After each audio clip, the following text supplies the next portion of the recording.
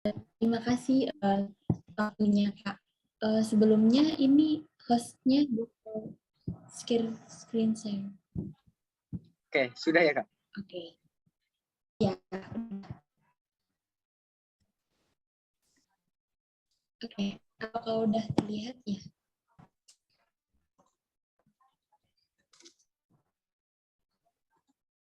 Belum terlihat Kak. Oh, masih loading atau sudah terlihat. Oke, baik. Mungkin saya perkenalkan lagi. Saya buka lagi. Assalamualaikum warahmatullahi wabarakatuh. Selamat siang waktu Indonesia. Selamat pagi waktu Turki.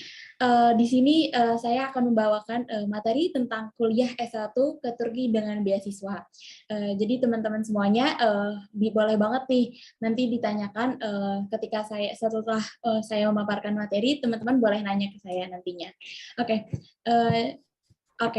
Saya perkenalkan lagi, nama saya Siti Humairo, biasanya dipanggil Iro, awardee YTB ISDB 2021, jurusan Teknik Kimia di Technical University.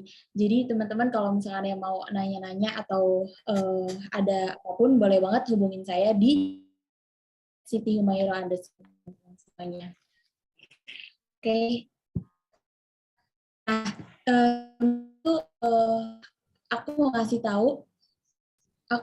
ngasih tahu sebelum registrasi itu kita harus ngapain aja sih gitu. Nah, yang pertama itu doa, target, dan meminta dukungan keluarga, guru, teman, lingkungan, dan lain-lain. Ini penting banget teman-teman. Jadi sebelum aku daftar pun juga minta doanya, terus juga berdoa sendiri, meminta petunjuk gitu ya kepada Tuhan yang baik untuk kita itu apa gitu. Belum tentu yang kita inginkan itu yang terbaik untuk kita, makanya kita berdoa semoga apa yang kita inginkan itu terbaik untuk kita gitu. Terus juga ingat target gitu. Sebenarnya kalau kita ingat target kita sendiri tuh semuanya akan lancar gitu, kayak untuk mempersiapkan dokumen-dokumen gitu, semuanya insya Allah bakalan lancar banget ketika kita punya target gitu. Aku mau kuliah di Turki gitu, atau enggak aku mau dapat beasiswa ke luar negeri gitu. Itu ketika kita punya target itu bakalan gampang banget gitu. Insya Allah semuanya lancar dan kita bakalan punya ide-ide lain gitu yang masuk gitu. Terus juga ketika kita punya dukungan dari keluarga, guru, teman, lingkungan, itu bakalan mendorong kita untuk mendaftar, untuk mempersiapkan semuanya dengan baik gitu. Jadi nggak cuman doa, target, tapi juga ketika kita punya dukungan, ketika kita lelah, pastinya kita ada orang yang mendukung kita gitu teman-teman. Jadi kayak oh iya aku pengen ini gitu, ayo semangat gitu. Jadi ketika kita punya ada yang dukungan itu pasti lebih semangat lagi gitu, membara semangatnya gitu. Nah kemudian yang kedua itu adalah mengetahui passion atau kemampuan dimiliki. Ini penting banget karena ketika kita tahu passion kita apa, terus kita memiliki kemauan juga, itu bakalan insya Allah lancar juga gitu teman-teman. Jadi mengetahui passion kita, terus juga kayaknya aku mau di Turki itu karena bener-bener relate banget nih, terus juga ngeliat kondisi Turki itu kayak gini, itu bener-bener sangat membantu kita untuk mempersiapkan semuanya proses pendaftaran beasiswa Turki ini. Kemudian yang ketiga adalah membuat list dokumen-dokumen. Jadi membuat list dokumen-dokumen ini tuh sangat penting juga. Jadi gimana dokumen itu kan juga nggak bisa disiapkan dalam satu waktu, dalam satu bulan, tapi lama jauh-jauh hari itu udah kita list nih, oh iya kita butuh ini buat daftar beasiswa gitu. Jadi itu sangat penting banget gitu teman-teman semuanya. Nah, di sini ada list of documents.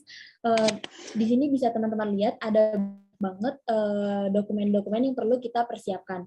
Yang pertama itu ada kartu tanda pengenal. Nah, kartu tanda pengenal ini biasanya ketika kita lihat di aplikasi YTB ya, itu bisa pakai KTP atau nah itu kalau misalnya mau pakai KTP boleh, paspor juga boleh, misalnya udah punya paspor gitu. Atau enggak mau buat paspor gitu untuk beasiswa, itu juga boleh, karena saya sendiri juga sebelumnya belum punya paspor, terus juga udah niat akhirnya ya udah buat paspor aja gitu, buat paspor, buat daftar beasiswa. Nggak cuma Turki doang sih waktu itu saya daftar beasiswanya.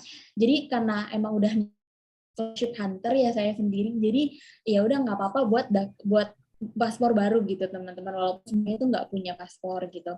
Kemudian tapi kalau misalnya tapi sebenarnya kalau misalnya teman-teman pakai KTP juga nggak apa-apa gitu teman-teman. Lanjut, itu ada foto diri. Nah, foto diri ini sendiri minimal 6 bulan terakhir, jadi foto terbaru. Jadi kan kita S1 ya, jadi teman-teman bisa nih foto untuk ijazah itu diminta ke gurunya gitu. Yang penting foto terbaru gitu teman-teman semuanya. Nah, kemudian yang ketiga itu ada ijazah atau surat keterangan lulus gitu. Nah, jadi dokumen ini harus ditranslate harus dalam bahasa Inggris teman-teman. Nah, mengenai ijazah teman-teman kelas 12 daftarnya gimana ya? Ya udah pakai rapot aja teman-teman, rapot semester 1 semester 5 kan semesternya kurang keluar. Itu pakai rapot aja. Aku juga pakai rapot. Terus kan ada pilihannya itu di aplikasi kalau misalnya kita masih SMA, masih melanjutkan studi. Jadi nanti nggak diperlukan untuk mengupload ijazah gitu teman-teman semuanya. Nah, tapi kalau misalnya udah lulus, kan saya udah lulus, udah dapat ijazah, pakai rapot atau ijazah ya Kak, ya pakai ijazah aja boleh, pakai rapot juga boleh gitu. Yang penting dalam bahasa Inggris dokumennya gitu teman-teman semuanya. Nah, kemudian transkrip nilai atau rapot ini yang persis ya seperti dokumen ijazah. Transkrip nilai ini juga harus dalam bahasa Inggris, jadi teman-teman boleh minta ke sekolahnya minta dalam rapot bahasa Inggris, karena saya kemarin juga minta ke sekolah boleh minta tolong dibuatkan dalam bahasa Inggris, akhirnya sekolah saya membuatkan dalam bahasa Inggris gitu, jadi saya nggak perlu translator gitu teman-teman. Tapi kalau misalnya teman-teman mau translate ke translator itu juga boleh gitu teman-teman, bahkan ya nggak apa-apa gitu. Tapi kalau misalnya biar murah, biar hemat gitu, itu minta ke sekolah aja teman-teman. Nah, kemudian sertifikat bahasa. Nah, kalau misalnya teman-teman punya sertifikat bahasa, boleh banget diupload gitu. Apapun bahasa apapun, kayak bahasa Arab, bahasa Inggris, karena semuanya itu bisa diupload ke TBBS. Nah, eh, itu juga jadi poin plus. Tapi kalau ya nggak apa-apa, nggak usah worry teman-teman, karena apa ya, ini juga nggak jadi poin penting banget, cuman jadi plus gitu doang tuh teman-teman, karena emang ada untuk sertifikat bahasa tapi alhamdulillah lolos gitu teman-teman. Jadi ini bukan poin penting banget tapi poin nilai plus gitu teman-teman. Nah, kemudian penghargaan. Nah, ini penting juga. Jadi sertifikat atau penghargaan ini sendiri teman-teman harus memilah gitu teman-teman. Jadi mengumpulkan, dulu aku ikut kegiatan apa aja ya, dulu aku pernah dapat award apa aja ya, itu dikumpulkan terus disiapkan gitu teman-teman. Nah, sertifikat ini sendiri itu bisa berupa sertifikat penghargaan proyek, tapi ini nggak perlu dalam bahasa Inggris teman-teman. Jadi teman-teman kan di situ ada kolom deskripsi. Nah, itu teman-teman tinggal deskripsiin aja pakai bahasa Inggris gitu teman-teman. Jadi sertifikat ini nggak harus ditranslate dalam bahasa Inggris, nggak harus dalam bentuk bahasa Inggris. Jadi bahasa Indonesia ya udah upload aja gitu teman-teman, nggak usah khawatir.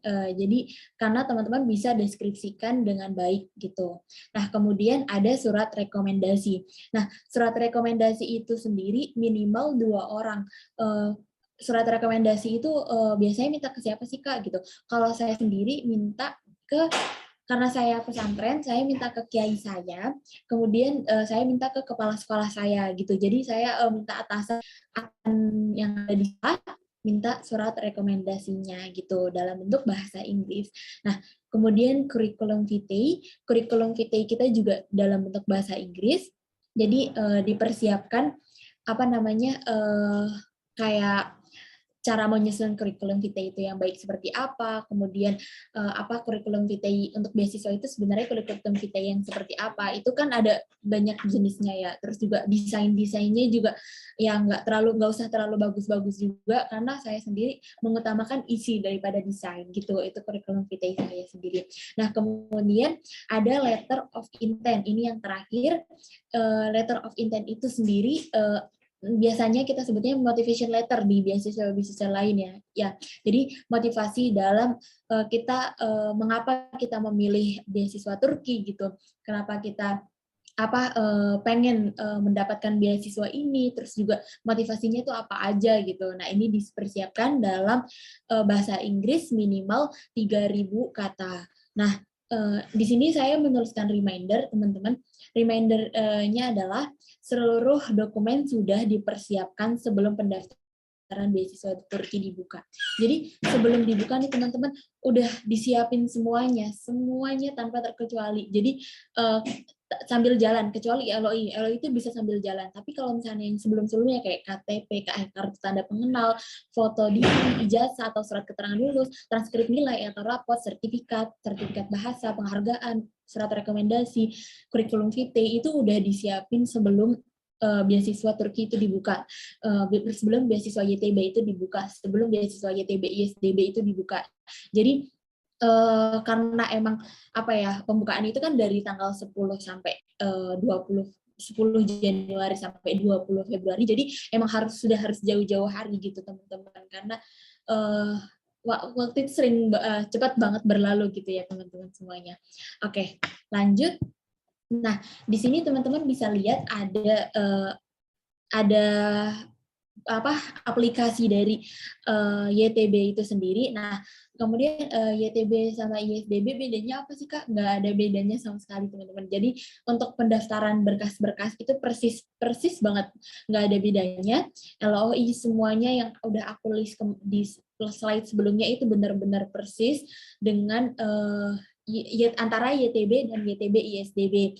Nah, di sini itu ada bisa teman-teman lihat ada personal information, family information, contact info, education information, language detail, work experience, academic qualification, social activity, Turkey experience, dan May application. Itu teman-teman pastinya udah pada ngisi semuanya. Jadi teman-teman cara pengisiannya itu kalau misalnya aku saranin semua dokumen yang diupload itu dalam bentuk PDF. Jadi di-convert dulu di Google konversi JPG to PDF. Nah, nanti teman-teman upload semuanya dalam bentuk PDF karena dalam bentuk PDF itu lebih aman ya, teman-teman. Jadi mungkin lebih lebih mudah dibaca juga gitu. Jadi dalam bentuk PDF dan juga semua aplikasi itu dalam bahasa Inggris. Semua aplikasi yang ada di sini itu dalam bahasa Inggris kecuali yang sertifikat itu yang dimasukin ke dalam social activities itu kayak sertifikat penghargaan itu nggak perlu sertifikatnya di dalam bahasa Inggris kan, tapi kita udah bisa deskripsi gitu teman-teman. Jadi kayak deskripsi, menulis hobi, menulis kekamar kita, talent kita itu juga itu harus dalam bentuk bahasa Inggris gitu teman-teman. Nah, ini websitenya YTB itu sendiri yang persis juga sama YTB ISDB, yaitu turkeybursary.gov.tr. Okay. Nah, pembukaan pendaftaran YTB atau YTB ISDB itu juga persis banget teman-teman. Jadi mulai dari pembukaan pendaftarannya itu tanggal 10 Januari sampai tanggal 20 Februari. Nah, aku sendiri ketika pembukaan pendaftaran itu bahkan sebelum pembukaan itu aku udah mempersiapkan dokumen. Nah, jadi ketika pembukaan pendaftaran itu udah aku masukin aplikasi, udah sambil menyusun letter of intent, pokoknya letter of intent, terus pengisian aplikasi itu ketika pendaftaran dibuka. Tapi dokumen-dokumennya udah aku siapkan sebelumnya, jadi tinggal aku upload. Oh ya, ini aku mau masukin ke aplikasi aku nih, udah aku upload. Terus juga pengisian deskripsinya, hobi, talent itu juga ketika udah aku sambil cicil juga gitu teman-teman, karena aku takut juga kayak takut nggak keburu gitu kan. Untuk mendaftar beasiswa itu kan nggak semudah yang kita bayangkan juga kan. Jadi emang sudah jauh-jauh hari sebelum pembukaan pendaftaran sampai pembukaan pendaftaran itu udah diisi gitu teman-teman. Nah, proses evaluasi itu sendiri bulan Maret, April, sama Mei. Nah, proses evaluasi itu sendiri, kita tuh kalau kakak tuh ngapain aja? Kalau saya sendiri proses evaluasi, jadi setelah saya upload itu saya tetap apa ya? Tetap mengikut beraktivitas seperti biasanya, bahkan mengembangkan diri gitu. Aku ikut lomba, terus juga alhamdulillah menang gitu. Nah, jadi tetap mengembangkan diri kita sendiri gitu teman-teman. Sambil berdoa. Nah, ini penting banget gitu, berdoa gitu, semoga diberikan hasil yang terbaik gitu. Karena di proses evaluasi itu sendiri kan kita sampai 3 bulanan, yaitu hampir lupa juga. Nah, kemudian dapat email interview. Email interview itu kemarin tahun 2021 itu Juli. Nah, pas bulan Juli itu kita dapat undangan interview. Alhamdulillah banyak banget yang di interview. Nah, ketika interview itu sendiri kakak ngapain sih kak? Nah, kalau saya sendiri itu ngulas kembali aplikasi saya karena udah hampir lupa ya, hampir 3 bulan itu bahkan Juli ya 4 bulan, berarti itu benar-benar bikin lupa gitu apa aja yang pernah dimasukin gitu. Nah, saya ulas kembali, review kembali aplikasi ini, oh iya kayak gini, oh iya ini kayak gini, karena kemarin juga nggak ada beasiswa Turki gitu, beasiswa lainnya, jadi karena kan setiap negara kan pasti ada bedanya, jadi saya ulas kembali, oh iya untuk interview itu nanti kayak gini gitu. Nah, kemudian kan karena sebelumnya itu kita juga mengembangkan diri, itu juga bisa teman-teman untuk di brandingkan, kalau misalkannya di interview, saat interview kita dapat prestasi ini, itu juga sambil cerita gitu teman-teman. Nah, kemudian setelah interview itu ada evaluasi kembali, tapi di kalender JTB itu nggak dijelasin. Nah, evaluasi itu sendiri setelah interview. Jadi interview sama berkas itu sangat sangat menentukan apakah hasil kita lolos atau tidak gitu. Nah, jadi ketika teman udah dapat interview itu dipersiapkan lagi banyak-banyak teman-teman, karena di sini juga ada teman-teman yang lolos interview tapi nggak lolos result hasil akhirnya. Jadi emang harus dipersiapkan dengan baik, nggak cuma berkasnya doang tapi interviewnya. Jadi teman-teman di sini saya harap semuanya diundang di interview dan juga mendapatkan siswa ini gitu. Nah, gitu. Kemudian pengumumannya itu bulan Agustus, iya benar banget. Bulan Agustus kita tahun 2021 juga tahun 2021 itu bulan Agustus. Nah, ketika kita pengumuman itu udah rame, jadi alhamdulillah itu udah dari interview itu kita ada grup. Nah, kemudian pengumuman juga udah rame, jadi pengumumannya itu lewat email gitu teman-teman, email kalian yang kalian sebagai akun YTB itu bakalan di situ pengumumannya. Kemudian keberangkatan ke Turki itu sendiri apa aja sih Kak gitu.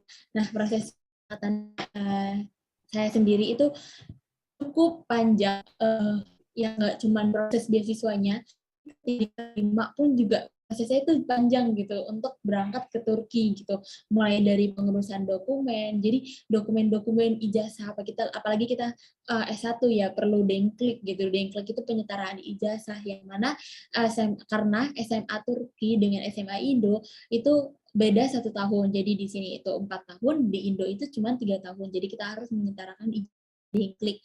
Nah itu sulit gitu teman, dokumen kita tuh harus dilegalisir Kementerian Kemenkumham, Kementerian Luar Negeri, itu semuanya kita harus persiapkan. Terus juga buat visa, karena sekarang udah nggak ada visa ya, jadi tahun lalu itu kita buat visa, terus juga ada scholarship agreement lagi, persetujuan beasiswa, itu juga benar-benar proses pengurusan dokumen itu panjang banget gitu teman. Kita benar sangat. Nah, Agustus September. Nah, September ini banyak yang udah berangkat, udah dikasih tiket, yaitu informasi tiket asrama Domer.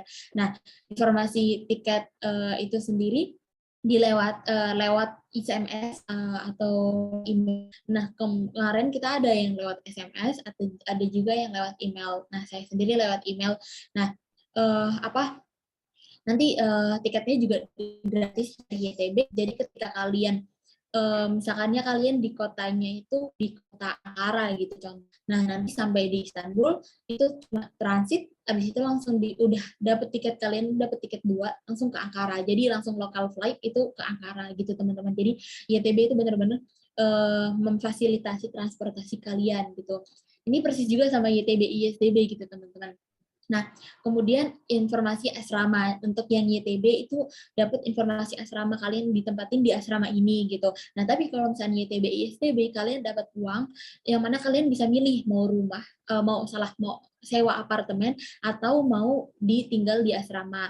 Nah, tapi asramanya itu kalian harus daftar sendiri gitu, teman-teman. Jadi harus mempersiapkan sendiri, daftar sendiri asramanya. Itu untuk yang YTB ISDB. Nah, kalau YTB itu sendiri pasti dapat informasi asrama. Nah, untuk Tomer juga nanti diinformasikan lewat aplikasi dan juga email. Jadi teman-teman antara aplikasi dan email itu selalu berhubungan. Jadi ketika dapat informasi tiket itu dapat email. Jadi di aplikasi ada, di aplikasi TBBS maksud saya, di aplikasi TBBS itu nanti ada dan juga dapat email gitu. Jadi pasti berhubungan gitu. Jadi antara dapat email dan juga dapat di aplikasi gitu. Dapat infonya di aplikasi gitu, teman-teman. Nah, kemudian ketika kita udah dapat informasi tiket dan lain sebagainya, kita udah bisa flight to Turki gitu.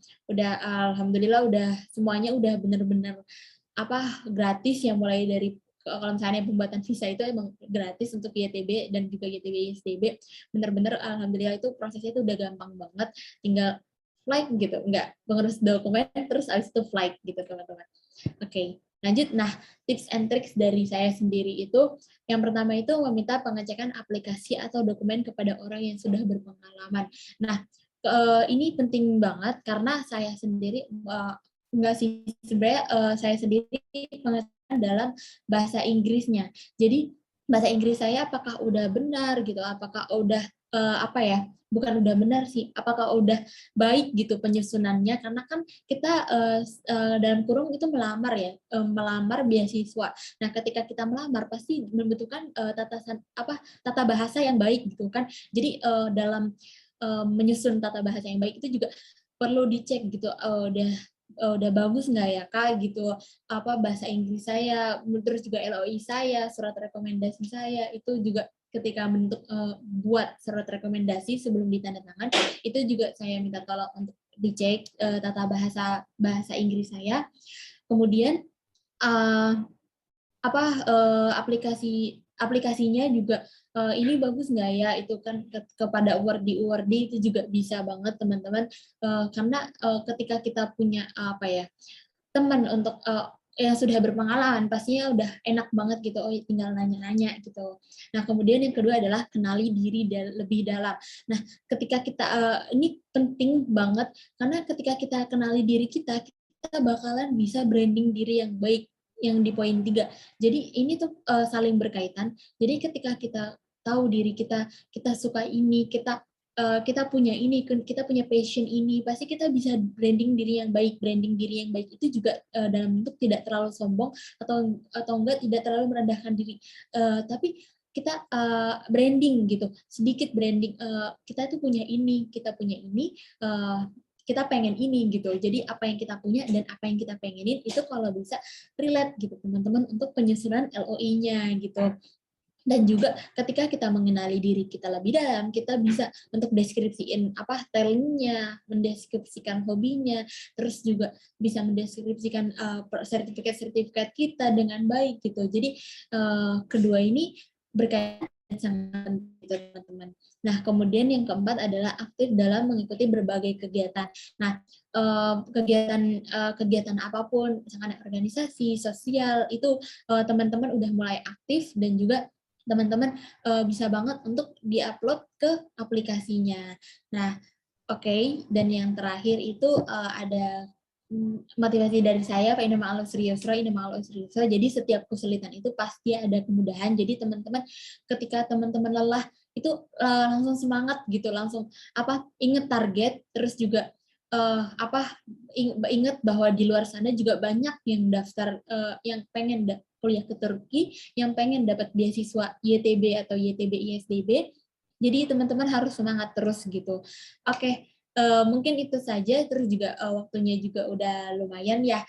Makasih banyak teman-teman yang sudah mendengarkan. Nanti bisa dibuka Q&A-nya, saya kembalikan ke Kak Yudis. Oke, baik. Wah, teman-teman keren banget nih materinya, mulai dari persiapan berkas, segala-galanya dikasih tahu, mulai dari sampai mau keberangkatan, dan di keberangkatan ada lagi berkas-berkas lagi yang harus dipersiapkan dan membutuhkan waktu. Jadi setelah kita lolos dan mau proses pemberangkatan itu nggak langsung langsung berangkat, tapi masih ada proses lagi teman-teman ternyata. Oke, jadi buat teman-teman yang setelah tadi materi yang disampaikan sama Kak Iro, materi yang keren banget, yang bagus, mungkin dari teman-teman ada yang ingin ditanyakan. Untuk teman-teman yang mau bertanya boleh langsung raise hand atau boleh langsung ditulis di kolom chat, nanti saya bantu bacain. Jadi teman-teman silakan yang mau bertanya.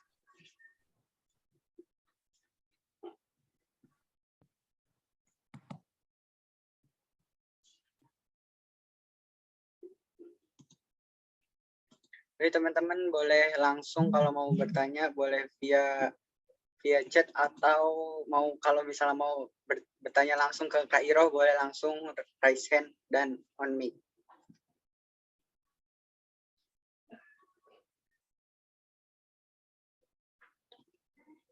Oke, mungkin ada yang bertanya nih dari Kak Zahra. Oke, saya izin bacakan ya. Halo Kak, izin bertanya, Kakak dulu rata-rata rapotnya berapa ya? Dan punya prestasi apa saja? Saya selama SMA kebanyakan aktif di organisasi, Kak. Boleh gak ya kalau di bagian volunteer diisi banyak kegiatan kepanitiaan seperti itu? Bagaimana Kak Iro? Bisa langsung dijawab? Oke, baik. Terima kasih pertanyaannya Zahra. Jadi saya izin jawab. Nah, kakak dulu rata-rata rapotnya berapa? Nah, saya sendiri alhamdulillah tinggi 93 ke atas. Itu terus untuk ijazahnya juga tinggi 95 ke atas gitu. Nah, jadi tapi sebenarnya nggak usah khawatir teman-teman, karena ketika aku nanya awardee lain, ada nggak ya yang di bawah 90, kayak misalkan yang 89, 88, itu ada nggak ya gitu. Itu ada kok gitu. Jadi sebenarnya rata-rata rapot juga nggak mungkin bisa jadi evaluasi, cuman kalau misalkan ya insecure aku rata-rata rapot aku cuman segini gitu, nggak usah insecure, dicoba dulu aja, karena awardee juga ada kok yang nggak di bawah 90 gitu teman-teman, gitu Zahra. Nah kemudian punya prestasi apa aja, kemarin itu pokoknya prestasi-prestasi aku kayak misalkan aku lomba olimpiade, terus juga aku finalis gitu, aku masukin organisasi, aku juga masukin selama SMA, itu aku juga masukin, aku dulu ketua ini, ketua itu, aku juga masukin. Jadi pintar-pintar dalam mendeskripsikan sertifikat gitu teman-teman. Jadi misalkannya kalian juara gitu. Nah, ya udah kalian deskripsikan dengan baik, yang benar-benar mendeskripsikan sertifikat yang kalian dapat gitu teman-teman semuanya. Nah, walaupun banyak organisasi, itu juga nggak apa-apa, dimasukin aja gitu. Nah, jadi ketika kita banyak organisasi, terus juga kita lihat akademik kita, terus kalau aku sendiri, aku juga banyak organisasinya juga gitu. Aku juga kemarin ketua bahasa, ketua ini gitu, ketua lomba. Nah itu juga aku branding diriin, kayak misalkannya aku akademik aku bagus gitu. Nah organisasi aku juga banyak gitu. Jadi aku bilang kalau misalkannya aku pandai dalam managing time gitu. Jadi aku jelasin juga gitu. Jadi ambil posisi positifnya dari kalian banyak organisasi itu. Misalkannya lagi kayak teamwork, terus juga hard work gitu, pekerja keras dalam menyelesaikan tugas atau kewajiban gitu, atau amanah, itu juga bisa banget gitu Zahra. Jadi nggak apa-apa, dimasukin aja misalkannya kayak ikut volunteer kegiatan ini, itu justru malah enak ya kayak volunteer gitu, itu bahkan keren banget.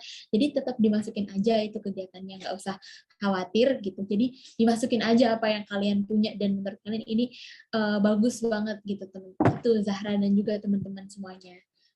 Mungkin sudah menjawab ya. Oke, Atau baik. ada pertanyaan lagi dari Zahra? Terima kasih Kak Iro atas jawabannya. Untuk Kak Zahra sudah jelas ya jawabannya. Oke, terima kasih Kak, kata Kak Zahra. Oke, baik. Ini ada pertanyaan selanjutnya dari Kak Fauzan Fahreja. Oke, aku izin bacain ya Kak. Halo Kak, mau bertanya mengenai bagian Agri ISDB. Berdasarkan yang saya lihat, tawaran jurusan yang disediakan oleh ISDB lebih sedikit dibandingkan dengan YTB.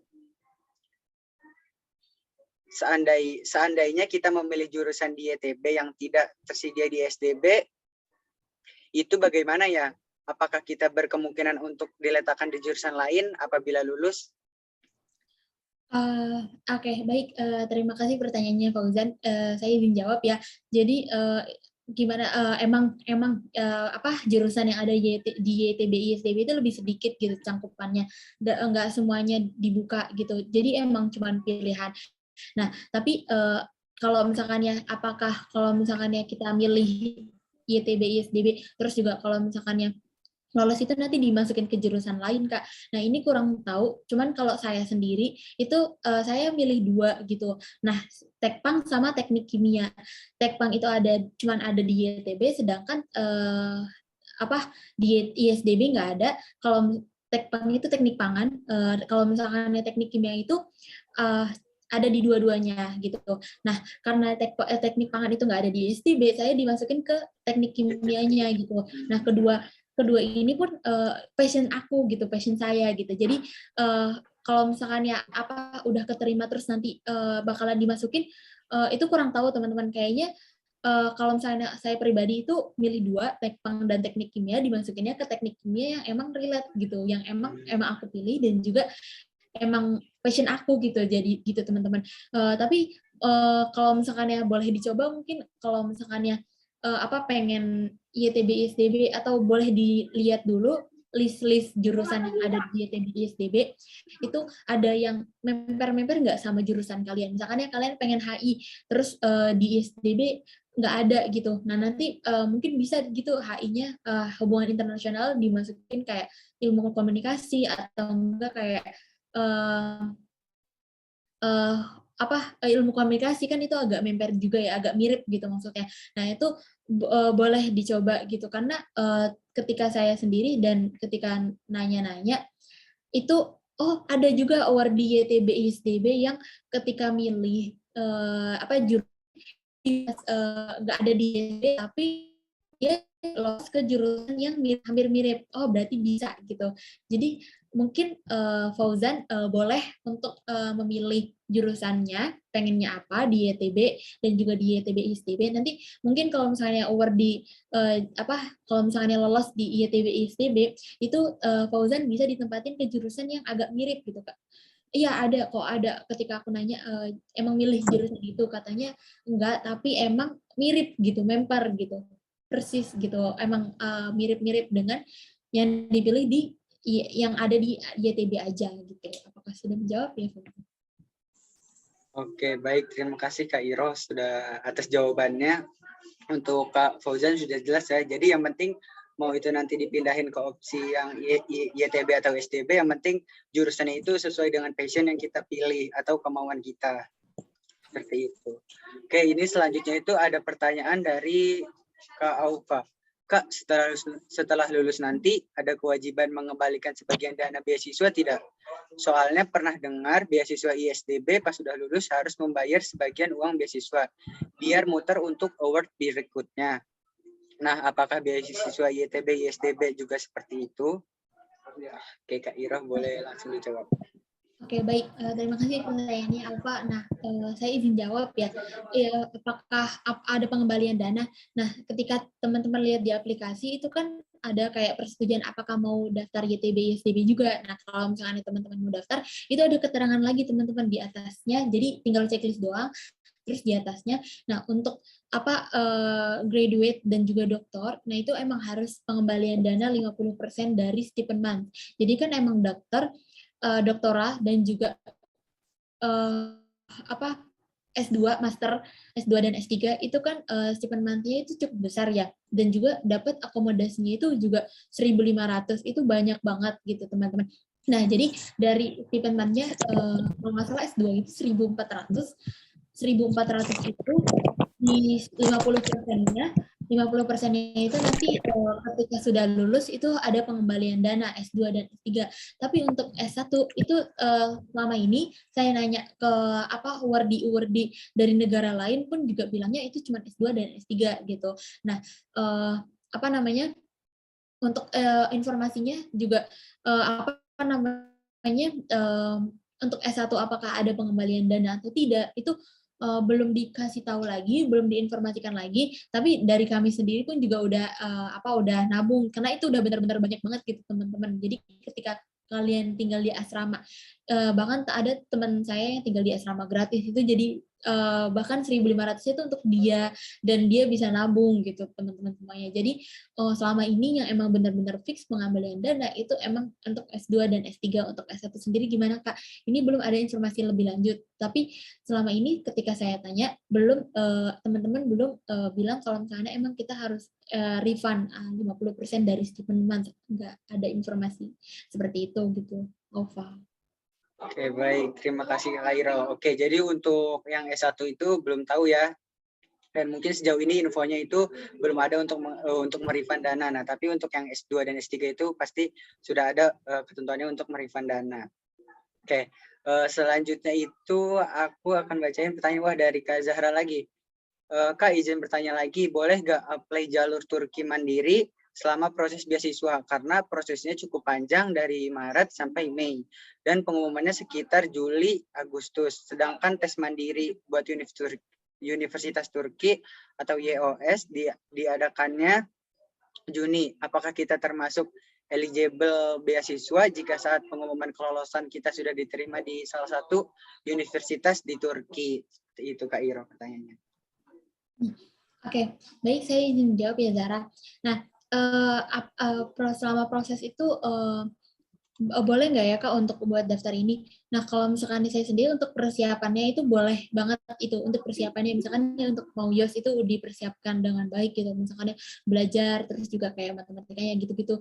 Nah, untuk apakah eligible untuk beasiswanya, karena ketika kita udah lolos di salah satu univ, karena saya punya teman awardee juga. Nah, awardee-nya itu juga udah kuliah di Turki, tapi dapat beasiswa YTB. Jadi beliau itu double degree 2 jurusan di satu univ gitu.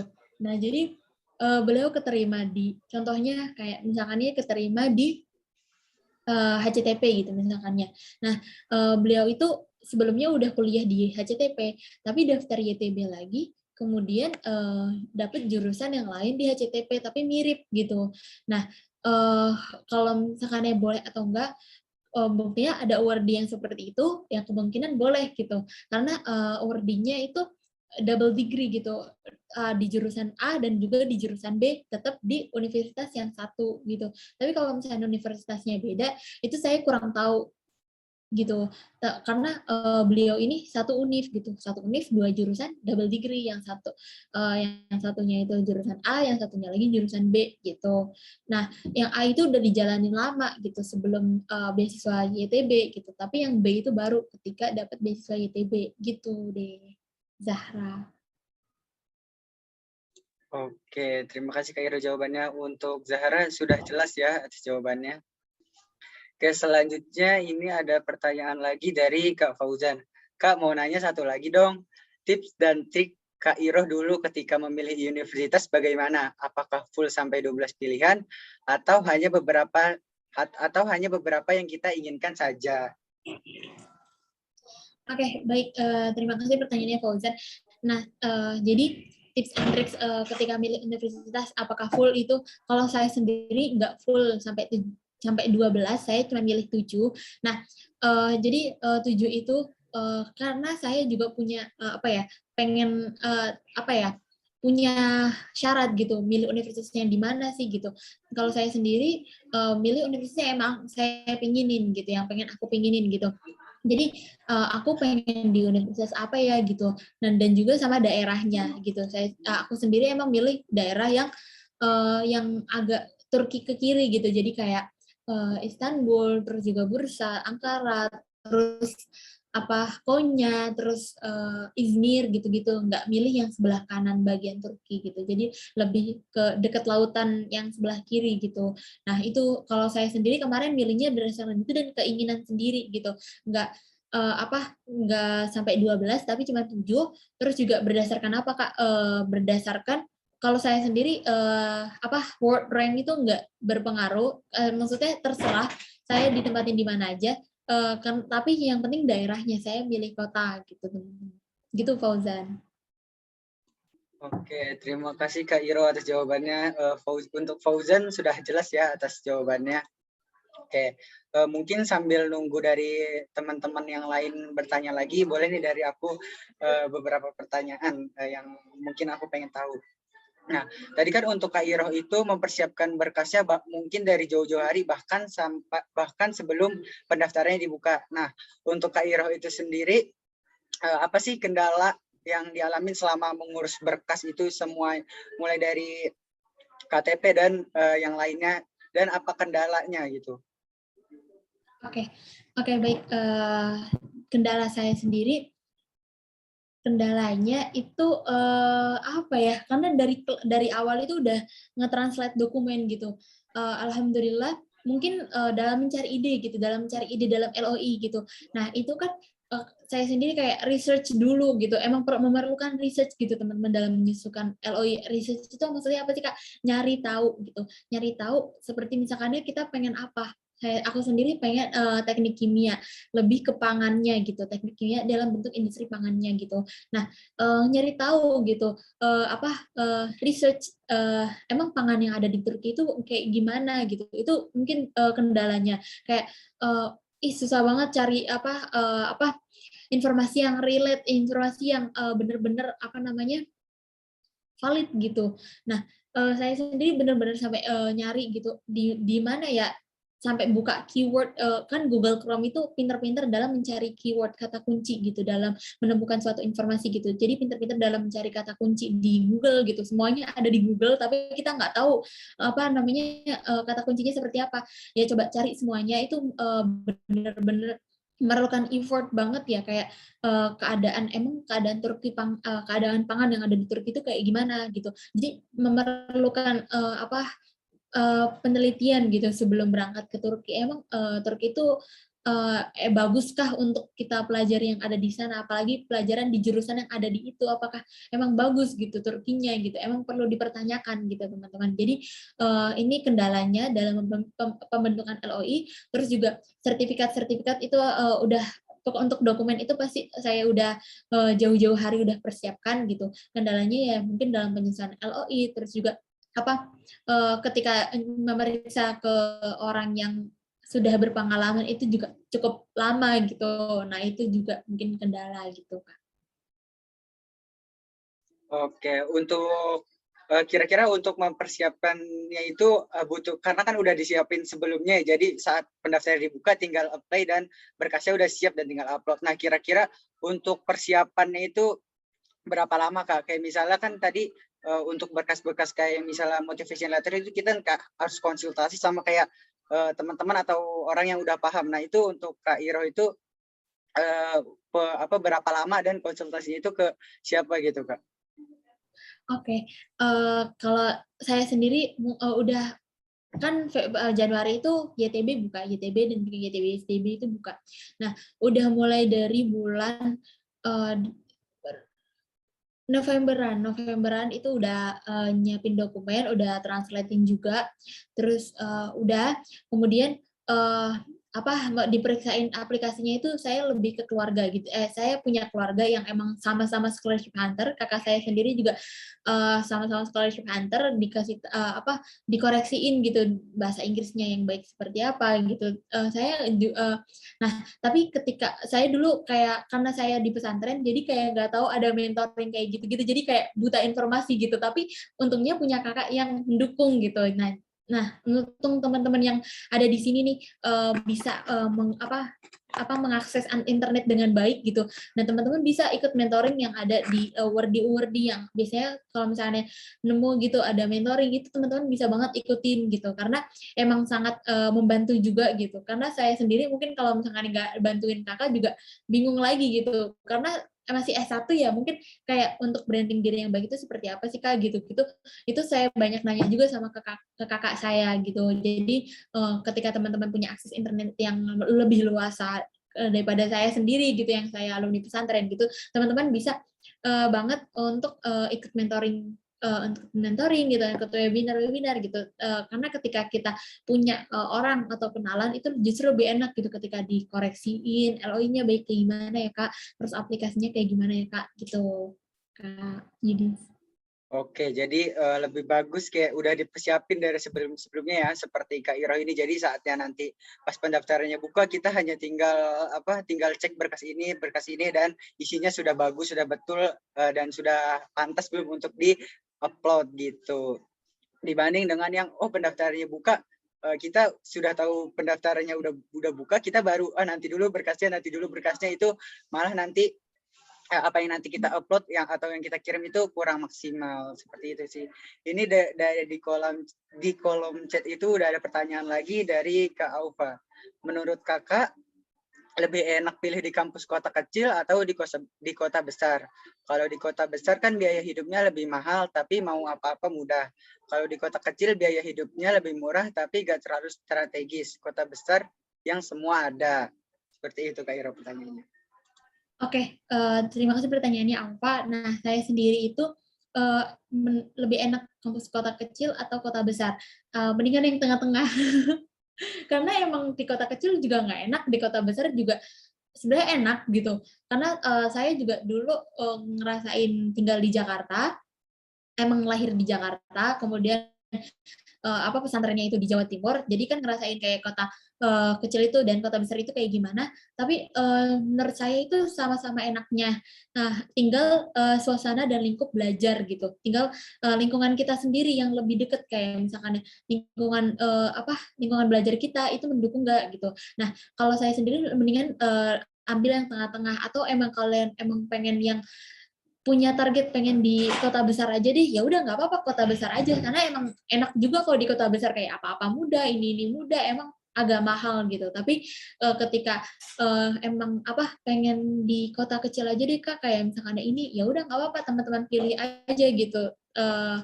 Ketika kalian emang udah pengen punya keinginan dan punya alasan yang kuat, ya udah dipilih aja, insya Allah bakalan lancar juga gitu. Nah, saran saya, kalau lebih enak mana? Kalau saya sendiri emang enakan kota sedang tengah-tengah gitu teman-teman. Jadi emang Konya itu contohnya itu kayak kota saya sendiri, kota Konya. Nah, jadi termasuk 10 kota terbesar. Jadi teman-teman bisa lihat di Google 10 kota terbesar yang ada di Turki. Nanti terlihat semuanya. Itu yang pertama itu pasti Istanbul, Ankara.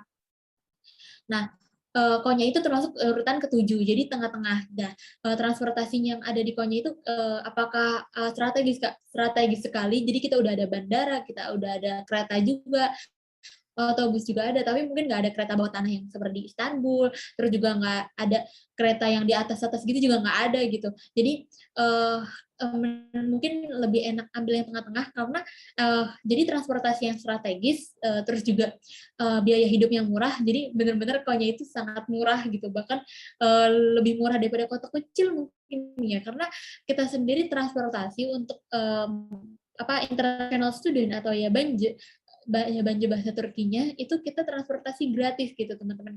Kita punya udah student card, kartu mahasiswa, itu tinggal tap itu gratis gitu. Jadi kayak nggak pernah worry seperti kota-kota lainnya gitu. Ada juga kota lain, kalau nggak salah saya dengar itu Kocaeli itu Senin sampai Sabtu itu gratis, tapi minggunya bayar gitu. Itu pernah dengar dari pengalaman teman. Nah, kalau misalnya Konya itu setiap hari itu gratis gitu, nggak usah worry gitu, mau kemana, mau jalan-jalan apa di Konya gitu, mau ke Mevlana gitu kan, emang ikonnya Konya itu adalah Mevlana ya, jadi itu tinggal tap itu gratis gitu, mau naik apapun semua transportasi gratis gitu teman-teman. Jadi mungkin lebih milih yang tengah-tengah aja, karena emang lumayan ya, tengah-tengah itu nggak terlalu besar juga, terlalu kecil, tapi kalau emang udah punya target pengen di besar, ya udah di besar aja. Kalau misalnya udah pengen yang dikit, udah di kecil aja. Oke, baik Kak Iro atas jawabannya. Wah, untuk Kak Ufa sudah jelas ya. Oke, di sini ada pertanyaan dari Kak Afifah. Kalau boleh tahu kota pertengahan itu apa aja, Kak? Mungkin ini tadi sudah dijawab ya, untuk kita tahu kota pertengahannya bisa dilihat di Google, atau mungkin dari Kak Iro ada tambahan lagi? Kota pertengahan itu sebenarnya saya juga nyarinya di Google, teman-teman. Waktu itu pernah nyari tahu juga. Itu ada semua kok di Google, kayak misalkan ya kota yang besar itu di kota apa ya gitu. Bentar, coba bukain. Itu ada di bentar. Itu kota yang pertama, itu kota yang terbesar itu adalah Istanbul. Kemudian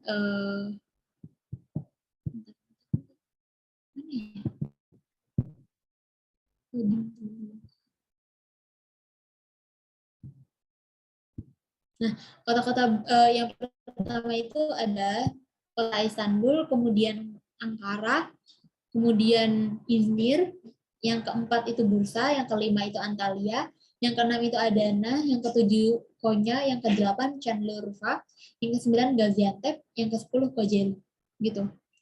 Istanbul, Ankara itu ada di Istanbul, Ankara, Izmir, Bursa, Antalya, Adana, Konya, Şanlıurfa, Gaziantep, Kocaeli.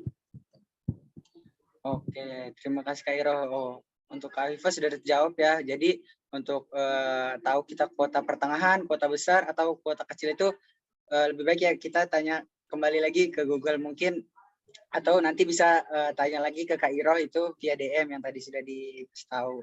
Nah, mungkin ada satu pertanyaan penutup nih sebelum kita selesai karena terbatasnya waktu. Ada pertanyaan dari Cimart. Kak, izin bertanya, untuk berkas seperti ijazah profesi setelah S1 diunggah di mana? Diunggah di mana ya? Soalnya tidak ada slot di slot education. Terima kasih. Seperti itu Kak pertanyaannya. Silmerch boleh ini enggak ya? Apa namanya? S1 yang ini itu maksudnya apa ya? Boleh untuk Cimart kalau misalnya itu bisa langsung on cam, on mic dan tanyakan langsung.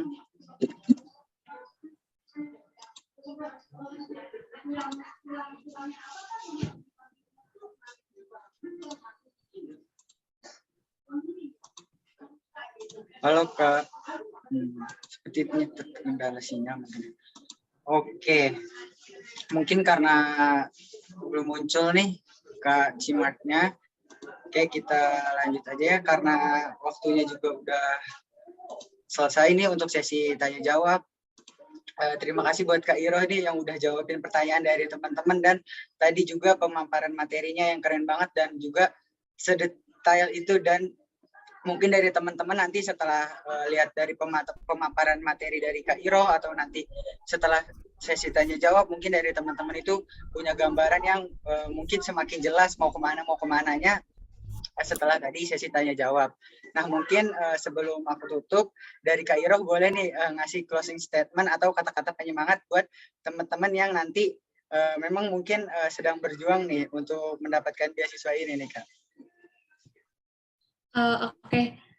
Mungkin teman-teman semuanya tetap semangat terus. Kalau misalnya udah buntu gitu, itu boleh banget kayak misalkan ya nanya-nanya ke Awardee, misalkan punya kenalan Awardee, itu boleh banget nanya-nanya. Terus juga semangat terus karena di luar sana juga banyak yang pengen beasiswa Turki ini juga, apalagi YTB, ISDB itu banyak banget. Jadi teman-teman harus semangat terus. Jadi jangan lupa ketika sebelum mengumpulkan aplikasinya tanggal 20 nanti ya, 7 hari lagi, seminggu lagi, itu teman-teman dikoreksi lagi ada yang kurang kayak dari aplikasinya gitu. Jadi itu sangat penting banget gitu. Terus juga boleh minta di-review sama guru dalam bahasa Inggrisnya, penyusunan bahasa Inggrisnya, guru atau enggak kenalan-kenalan yang expert dalam bahasa Inggris, tata bahasanya itu udah sopan atau udah baik atau belum ya untuk membrandingkan diri atau untuk melamar beasiswa ini gitu. Jadi teman-teman boleh banget untuk selalu bertanya gitu. Nah, jadi semangat terus teman-teman semuanya. Udah.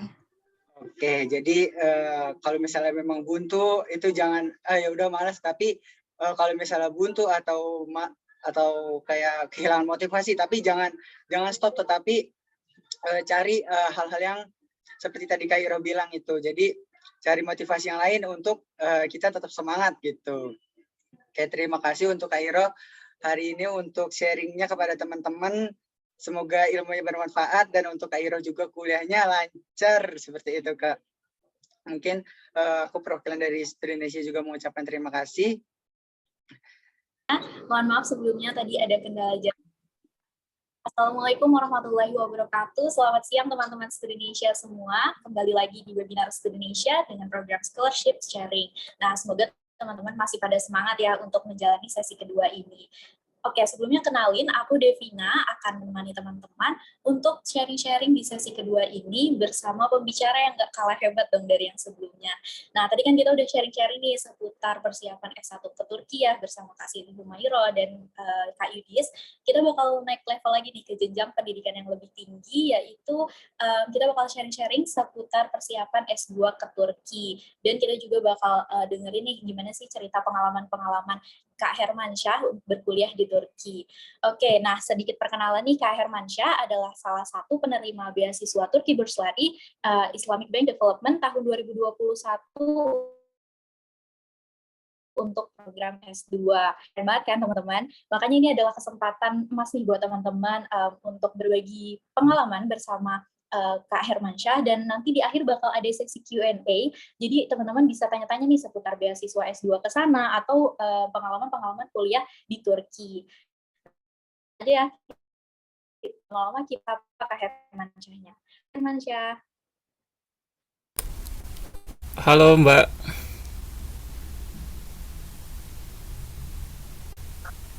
Oke, ininya tolong ini.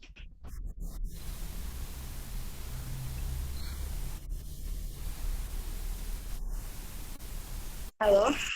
Halo, kayaknya suaranya Mbak ini putus-putus Mbak. Oh, oke. Apakah suara saya sudah terdengar jelas? Iya ya. Nah, aku sapa lagi ya. Halo Kak Hermansyah, gimana kabarnya hari ini? Alhamdulillah baik Mbak. Oke, nah aku mau tanya dulu nih Kak, Kakak posisinya udah di Turki ya berarti sekarang? Ya, di Turki, tepatnya di kota Konya. Oh, wah, luar biasa. Berarti di sana udah sore atau jam berapa nih Kak? Sini masih ya terbilang pagi sih, jam 10. Oh, wah, luar biasa ya udah. Oke, kita mungkin sebelum sesi sharing-sharing bersama Kak Hermansyah nih Kak, boleh mungkin Kakak memperkenalkan diri terlebih dahulu ke teman-teman biar kita makin kenal gitu Kak sebelum sesi. Oke. Halo semua. Assalamualaikum warahmatullahi wabarakatuh. Selamat siang untuk waktu Indo ya. Kalau di Turki masih ya terbilang pagi. Selamat pagi. Perkenalkan saya Hermansyah. Saya sekarang menempuh pendidikan S2 di Turki dengan beasiswa YTB atau biasa disebut dengan Turki Buslare, yang bekerja sama dengan salah satu bank di suatu negara, itu pemerintahan Qatar, yang disebut Islamic Development Bank.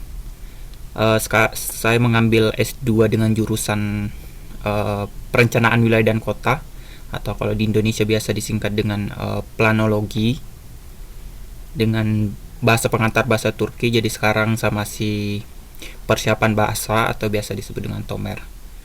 Oke, mungkin itu saja.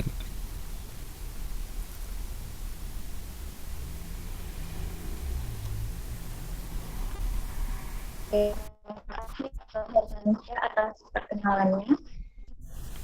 Boleh mungkin Kak untuk bisa dilanjut ke pemaparan materi, bisa di-share screen dari Kakak ya. Oke, nah kelihatan nggak? Masih loading Kak. Oke, sudah terlihat Kak.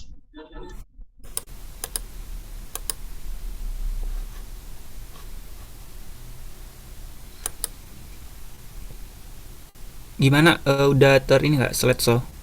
Sudah Kak, sudah terlihat. Oke. Oke, BISDB tahun 2021. Nah, sedikit berbagi informasi mengenai YTB ISDB ini. Nah, teman-teman, beasiswa YTB ISDB ini merupakan beasiswa yang bekerja sama dengan pemerintahan Qatar, yaitu organisasi Islamic Development Bank, dan beasiswa ini tahun kemarin adalah tahun pertama untuk diselenggarakan, dan saya merupakan aku 26 dari Indonesia, dan aku salah satu orangnya yang menjadi angkatan pertama dari beasiswa YTB SDB ini. Yang berbeda dari beasiswa YTB mungkin akomodasi. Kalau beasiswa YTB itu dia akomodasinya langsung diberikan dalam bentuk asrama. Namun kalau beasiswa YTB SDB ini dia lebih langsung diberikan dalam bentuk uang. Jadi untuk akomodasinya dalam bentuk uang seperti itu. Itu perbedaan. Kalau yang selain itu uang bulanan dan sebagainya itu sama. Nah, teman-teman, aku akan sedikit cerita bagaimana pengalaman aku mendapatkan beasiswa ini. Kalau kembali dari awal, aku mulai persiapan beasiswa ini dari Desember, Desember 2020 sampai Januari. Nah, pada saat itu aku mulai persiapan berkas, mulai ikut seminar seperti seminar ini, aktif kegiatan-kegiatan seminar untuk mendukung nantinya pendaftaran aku, dan aku mulai pengisian TBBS. Jadi sebelumnya aku membuat akun dan mulai mengisi TBBS. Nah, TBBS itu apa? TBBS itu adalah laman akun nantinya ketika kita mendaftar beasiswa Turki ini. Nah, setelah mulai buka pendaftaran beasiswa Turkinya, tepatnya pada tanggal 20 Januari 2021, aku mulai membuat LOI. LOI itu apa? Letter of Intent. Kemudian untuk S2, perbedaan untuk S1 itu, kalau S2 itu ada research plan atau rencana penelitian kita nantinya di Turki seperti apa. Kemudian surat rekomendasi dan pemilihan universitas. Nah, setelah semuanya rampung, aku apply, dan kalau nggak salah hampir sama dengan tahun ini, dia tutupnya tanggal 20 Februari. Nah, setelah aku apply, aku mulai belajar bahasa Inggris. Karena kenapa? Karena pada saat itu bahasa Inggrisku masih di bawah rata-rata, teman-teman. Jadi aku mulai mempersiapkan diri untuk persiapan interview seperti itu. Nah, setelah itu ternyata, nah disinilah buka lagi beasiswa YTB ISDB ini, yaitu beasiswa yang aku terima saat ini. Kalau untuk tahun kemarin, untuk beasiswa YTB ISDB ini itu bukanya tidak bersamaan. Jadi untuk beasiswa YTB ini bukanya pada bulan 4. Nah, namun untuk tahun ini itu agak berbeda, teman-teman. Untuk beasiswa YTB dengan beasiswa YTB ini, YTB SDB ini itu bersamaan untuk pendaftarannya. Jadi tinggal satu berkas saja yang kita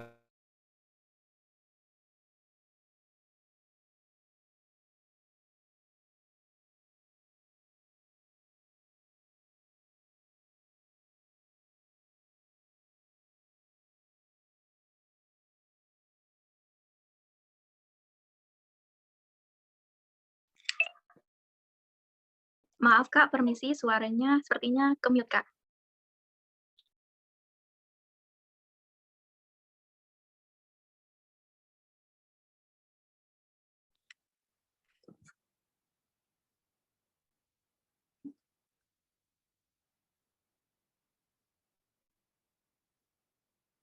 Halo Kak Hermansyah.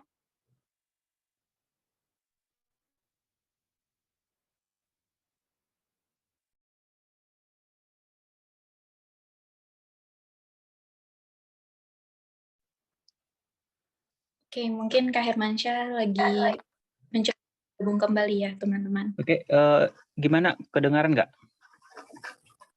Oke, sudah terdengar Kak. Oke, tadi sampai mana yang ini terputus?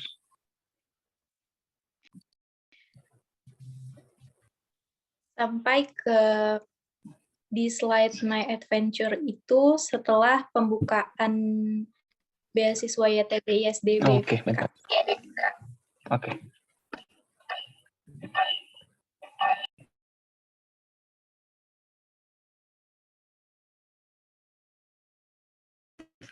Udah jelas nggak?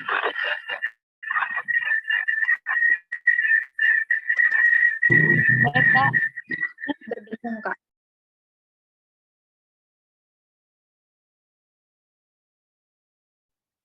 double.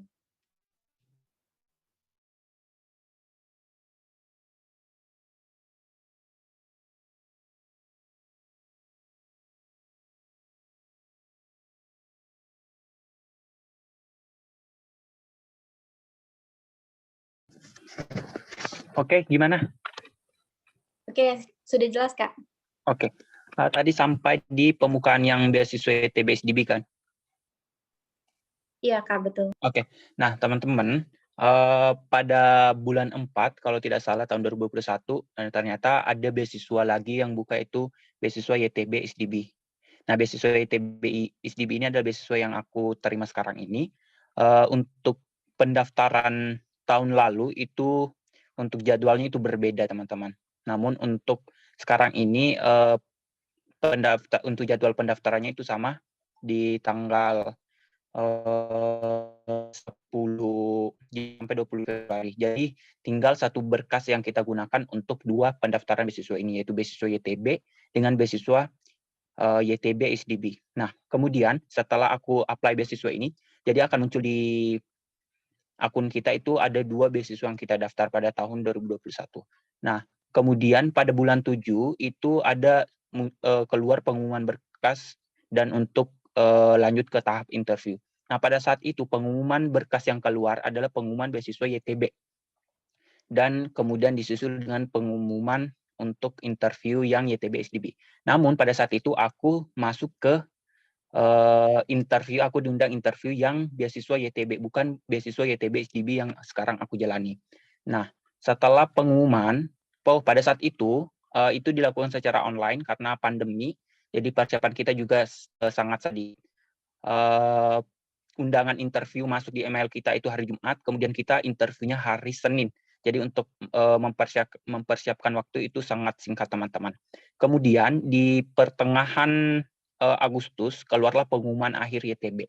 Nah, pada saat itu ternyata aku tidak mendapatkan email bahwa aku lolos di beasiswa ini. Tetapi ternyata di akun aku untuk pendaftaran YTB SDB ini belum keluar, masih dalam proses atau awaiting evaluation atau masih menunggu evaluasi.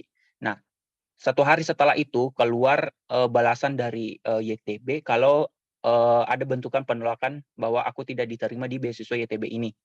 Nah, kemudian pada saat itu aku mulai oke, aku ikhlas bahwa aku nggak keterima, masih ada jalan yang lain. Namun ternyata di akhir bulan Agustus keluar pengumuman untuk YTB SDB dan alhamdulillahnya aku mendapatkan email dari YTB bahwa aku keterima di beasiswa YTB SDB ini. Namun kendalanya pada saat itu, teman-teman, pada saat pendaftaran, aku belum lulus S1. Jadi pada saat pengumuman YTB akhir bulan Agustus, aku belum selesai. Namun aku udah ujian hasil dan aku segera untuk mengambil ujian tuh. Karena kenapa, teman-teman? Sebelum keberangkatan, ada berkas tambahan yang harus dipersiapkan seperti ijazah yang harus ditranslate ke bahasa Inggris, kemudian dilegalisir di Kemenlu dan Kemenhumkam, kemudian harus mengurus visa lagi dan sebagainya.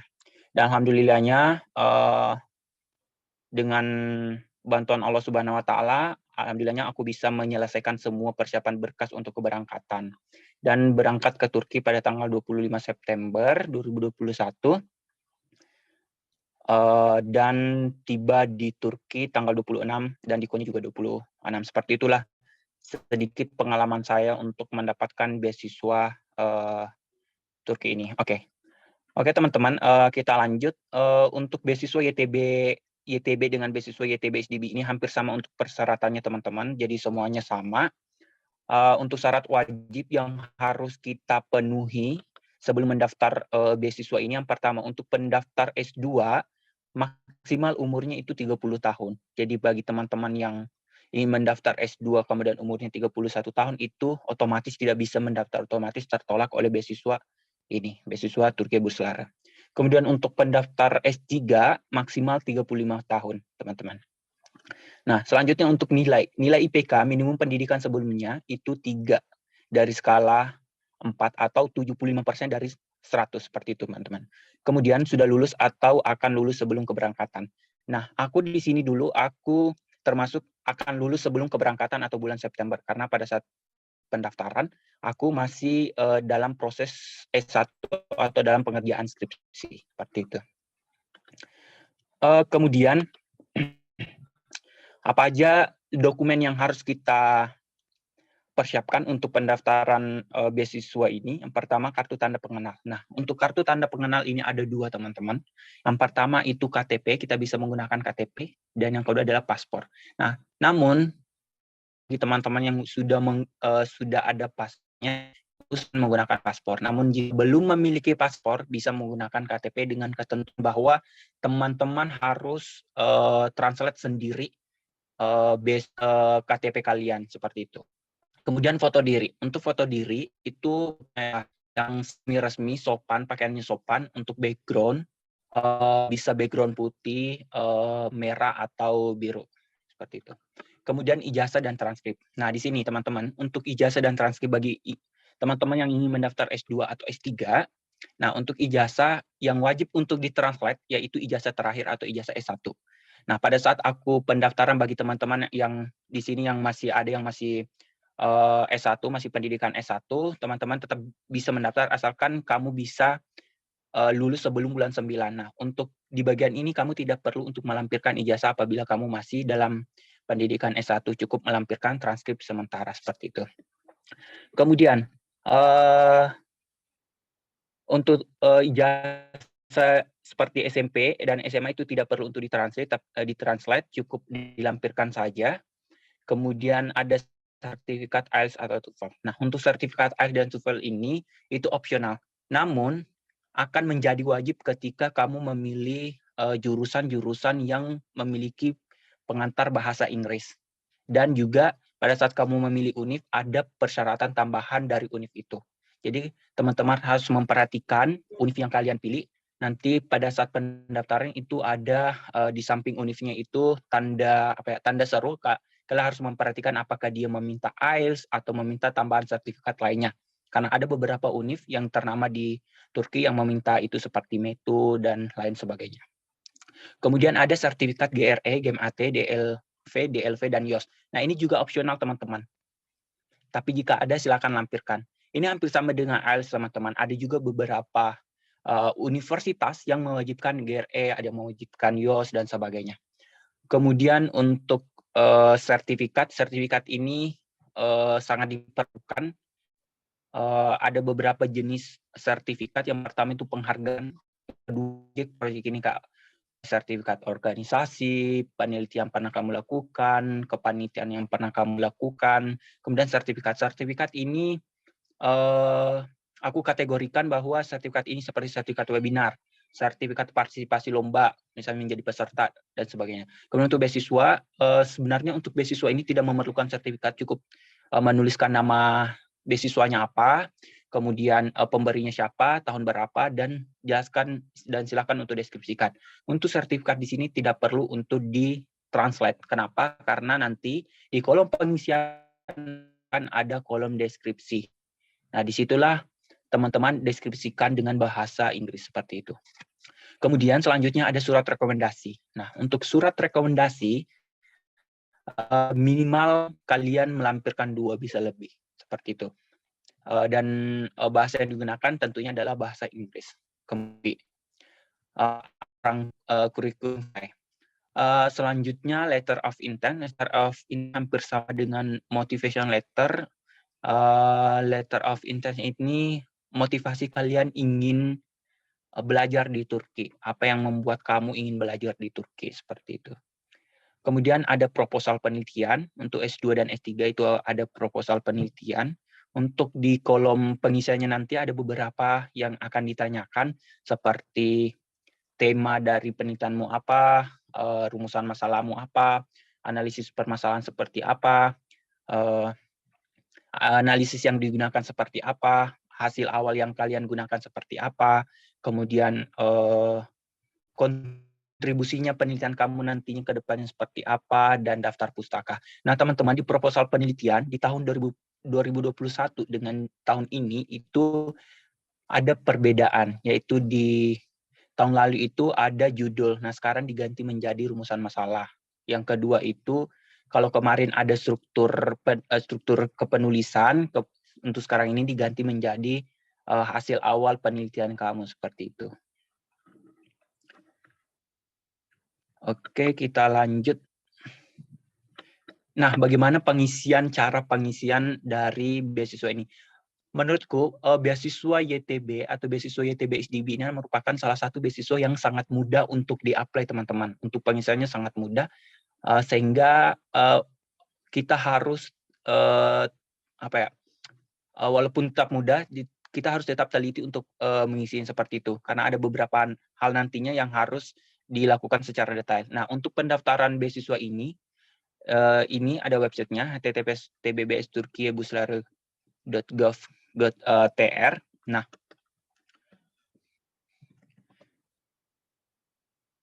teman-teman, kalau nantinya teman-teman buka website itu, akan muncul tampilan seperti ini. Ini adalah tampilan ketika kalian mendaftar. Nah, misalnya kalau teman-teman sudah punya akun, tinggal masukkan email dengan password yang password kalian. Nah, namun ketika teman-teman belum memiliki akun, silakan registrasi. Nah, ketika teman-teman registrasi, akan muncul seperti ini. Ada beberapa kolom pertanyaan akan kalian isi, silakan isi, kemudian silakan upload. Nah, setelah kamu upload, nanti akan ada belasan di email kamu untuk verifikasi. Nah, setelah itu akun teman-teman akan aktif seperti itu. Nah, selanjutnya setelah teman-teman udah registrasi, dan sudah masuk di akun kalian, akan muncul tampilan seperti ini. Ini adalah tampilan halaman awal dari beasiswa Turkiye Buslari dengan SDB. Nah, ini ada beberapa bagian teman-teman, dari mulai homepage, personal information, family information, sampai dengan my application. Nah, aku jelasin secara singkat mengenai item-item ini. Untuk bagian homepage itu nanti disitulah kita mendaftar beasiswa ini. Ini untuk master, PhD, ini ada graduate scholarship program dan art scholarship program. Nah, kemudian di personal information ada biodata. Yang perlu kita lampirkan di sini adalah identitas kita yang tadi KTP atau paspor dengan foto diri kita. Kemudian family information, untuk berkas tidak ada yang dilampirkan, kontak info tidak ada, education information di sini ijazah, transkrip. Untuk language detail ini TOEFL, kalau kalian memiliki TOEFL. Kalau kamu udah tahu bahasa Turki, silakan diisi. Kemudian ada work experience, pengalaman kerja kalian, magang, dan CV. Kemudian academic qualification, ada kalau kalian memiliki sertifikat GRE, YOS, GMAT, dan lain sebagainya, silahkan dilampirkan. Kemudian ada social activity. Social activity ini isinya for activity. Kemudian sertifikat yang tadi aku jelaskan sebelumnya itu sertifikat penghargaan, sertifikat project, sertifikat webinar, dan beasiswa. Kemudian Turki experience, ini pengalaman kamu ke Turki. Misalnya kamu ada kenalan, silahkan kamu cantumkan. Jika kamu sudah pernah ke Turki, silakan jelaskan kamu ke Turki ngapain dan sebagainya. Kemudian ini ada my application. Di my application ini nanti akan muncul ketika kamu udah apply beasiswanya. Di sini di my application kamu bisa mendownload resume pendaftaran teman-teman. Nah, untuk bagian homepage, jika misalnya teman-teman udah mengapply, nanti akan muncul tampilan seperti ini. Ada beberapa lagi yang akan diisi, seperti application condition. Ini kayak persyaratan-persyaratan. Di sini kamu akan melihat misalnya umurnya, nilainya, bahwa kamu termasuk negara yang bisa menerima beasiswa ini, dan sebagainya. Tinggal kamu centang. Kemudian ada preference. Preference di sini adalah pemilihan univ dan jurusan kamu. Kemudian letter of intent. Letter of intent ini motivasi kamu ingin di Turki dan rencana penelitian kamu seperti apa. Kemudian ada interview location. Jika offline itu dilakukan di 2 kota, yaitu di Jakarta dan di Aceh. Kemudian ada reference information atau surat rekomendasi. Silakan melampirkan minimal 2, bisa lebih. Kemudian ada join scholarship program. Nah, disinilah join scholarship yang membedakan pendaftaran yang kemarin. Kalau pendaftaran yang kemarin kan jadwal untuk beasiswa YTB dengan beasiswa SDB itu berbeda. Nah, untuk tahun ini sama. Jadi teman-teman tinggal membaca persyaratannya apa, kemudian silakan di checklist. Nah, itu otomatis kamu udah mendaftar 2 beasiswa yang ada di Turki. Seperti itu, teman-teman. Nah, mungkin itu saja pemaparan pengalaman atau informasi yang bisa saya berikan ke teman-teman. Oke, aku kembalikan ke moderator. Thank you. Oke, terima kasih Kak Hermansyah atas pemaparan materi yang sangat luar biasa. Jadi tadi kita udah tahu gimana sih awal nge-apply beasiswa Turki Berlari ISDB-nya, terus dari perjuangan kakak adventure-nya gimana, terus syarat-syarat apa aja nih yang harus dipenuhi gitu untuk kuliah S2 dengan beasiswa Turki Berlari. Nah, mungkin untuk selanjutnya adalah sesi Q&A nih Kak. Nah, dari teman-teman yang mau bertanya tentang beasiswa Turki Berlari ini atau tentang kehidupan kuliah di Turki, boleh banget tanya sekarang, bisa raise hand, atau untuk mengetikkan pertanyaannya di kolom komentar. Boleh teman-teman, silakan.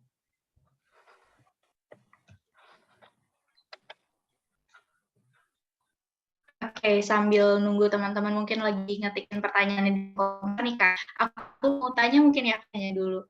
Jadi aku penasaran apa sih motivasi terbesar Kakak untuk mengapply beasiswa Turki Berlari ini Kak, untuk S2-nya? Oke, kalau motivasi aku apa ya? Dengan aku di kelompok aku merupakan salah satu orang yang apa ya? Dapat apa ya? Keuntungan, kelebihan atau aku salah satu orang di keluargaku yang lanjut diberikan kesempatan untuk lanjut S1 dan salah satu motivasi terbesar aku adalah orang tuaku. Dia ingin sekali aku melihat aku lanjut sampai jenjang S3. Jadi aku dari S1 mulai dari awal aku mulai cari beasiswa dan alhamdulillahnya pada saat S1 aku mendapat beasiswa bidik misi atau sekarang diganti dengan KIP, Kartu Indonesia Pintar kalau nggak salah. Kalau motivasi terbesar kenapa memilih Turki? Yang pertama Turki negara yang sangat ramah akan student internasional, yang sangat ramah akan mahasiswa internasionalnya seperti itu. Kemudian untuk mengapply beasiswa ini juga cukup mudah. Sebenarnya untuk tahun lalu itu karena aku masih S1 sebenarnya aku masih kayak mencoba-coba seperti itu. Aku masih melihat apakah apa saja yang harus kita persiapkan misalnya seperti itu. Karena pada saat itu kan aku masih S1 jadi aku masih kayak ya 80% lah untuk persiapan aku pada saat itu. Jadi aku belum terlalu serius untuk melakukan pendaftaran itu. Jadi aku hanya melihat jalan seperti apa nantinya ke depan. Itu aja sih. Oke, terima kasih Kak atas jawabannya. Nah, ternyata udah ada pertanyaan nih Kak. Mungkin aku bacain yang dari yang raise hand dulu ya, dari Kak Muhammad Afif Hanafi. Boleh menyampaikan pertanyaannya? Halo Kak, suaranya kedengeran nggak? Oke. Terdengar Kak? Oke, mau tanya Kak Herman, yang sertifikat TOEFL atau IELTS itu masuknya di akademik kualifikasi atau language detail? Oke. Sama satu lagi ya Kak, yang tadi kan yang S2 mini tesisnya ada yang beda. Yang beda itu di poin kelima jawaban awal untuk pertanyaan penelitian itu maksudnya gimana Kak? Makasih Kak.